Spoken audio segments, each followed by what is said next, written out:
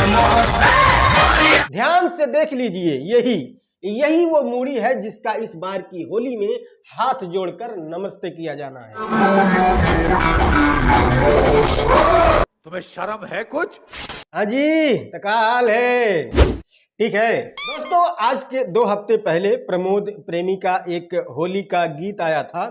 इस गीत का जो टाइटल है वो ये है कि होली में नमस्ते, और इस गाने के जो बोल है वो ये है कि दोनों हाथ जोड़ी दोनों मूड़ी के नमस्ते, दोनों मूड़ी के नमस्ते। अब ये गीत गाने से पहले शायद प्रमोद प्रेमी की सोच ये रही होगी कि मीडिया वाले आएंगे और हमसे मूड़ी का मतलब पूछेंगे, और मैं उनसे कहूंगा कि नहीं, ये अश्लील गीत नहीं है, मूड़ी का कुछ अलग ही मतलब होता है। भोजपुरी गीत अश्लील नहीं होता है, भोजपुरी गीत डबल मीनिंग होता है। वो आपके ऊपर है कि आप उसका क्या मतलब निकालते हैं। ज्यादातर अश्लील गीत गाने वाले सिंगर यही जवाब देते हैं, लेकिन अफसोस कोई भी मीडिया कर्मी इनके पास पहुंचा नहीं ये पूछने के लिए कि मूड़ी का क्या अर्थ है। तो पूरे प्लान पर पानी फिरता हुआ देख प्रमोद प्रेमी ने सोचा कि अब मुझे ही कुछ करना पड़ेगा। फिर कहीं पर उनका एक स्टेज शो होता है, वहां पर वो जाते हैं और हजारों लोगों के बीच में पूरा प्रैक्टिकल करके बताते हैं कि देखो मूड़ी का यही मतलब है।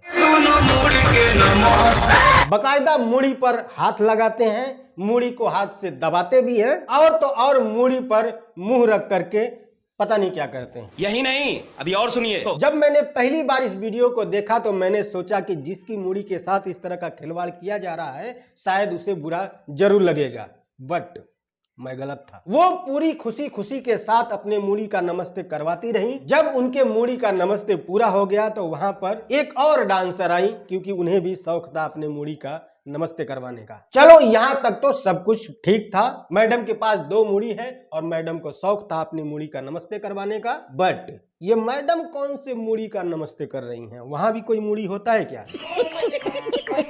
ये सारी हरकतें किसी अकेले बंद कमरे में नहीं की जा रही थी, बल्कि हजारों लोगों की भीड़ में ये हरकत की जा रही थी, और सभी लोग सीटियों और तालियों के साथ इस हरकत को एंजॉय कर रहे थे। जितने भी वहां पर लोग एंजॉय करने वाले थे उनमें से बहुत सारे लोग अश्लीलता के खिलाफ झंडा भी बुलंद करते हैं कि नहीं, हमारी भोजपुरी में बहुत अश्लीलता है, ये साफ होना चाहिए, खत्म होना चाहिए। वैसे एक बार के लिए हम ये भी कह सकते हैं कि जो कुछ भी हरकत हुई है ये कोई बहुत बड़ी बात नहीं है। ये किसी भी इस तरह के प्रोग्राम में होना ये बहुत नॉर्मल सी बात है, पहले से भी होता आया रहा है, आज भी होता है। और ये सब होने की वजह पता है आपको क्या है?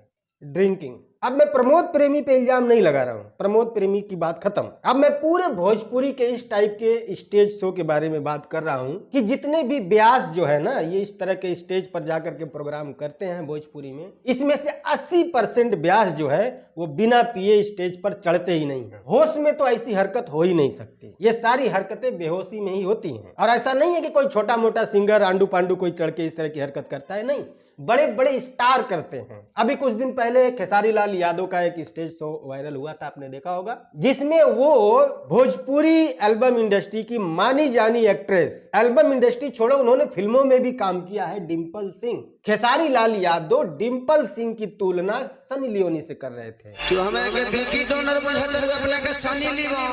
और अफसोस इस बात का नहीं है, अफसोस इस बात का है कि डिम्पल सिंह इस चीज को एंजॉय कर रही थी।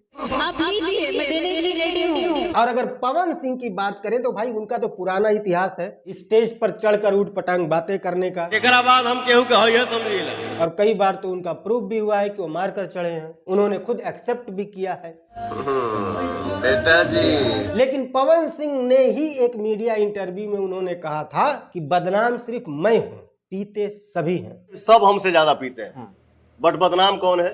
पवन सिंह। और इस बात को मैं 100% सत्य मानता हूँ। 90% ब्यास जो स्टेज पर चढ़कर प्रोग्राम करते हैं वो पीकर चढ़ते हैं, और नशे की हालत में ही इस तरह के घटिया हरकतें स्टेज पर होती हैं। अभी हाल ही में पवन सिंह का एक स्टेज शो आपने देखा होगा, जिस पर बहुत सारे लोगों ने अनुपमा यादव और पवन सिंह के बीच का जो रिश्ता है उस पर बहुत सारी उठपटांग बातें की। बातें यूं ही नहीं होती हैं, कुछ तो रहता ही है बातों में। हालांकि अनुपमा यादव ने आकर के इस चीज की सफाई भी दी, और मैंने बोला था I love you boss, not a Pawan ji I love you.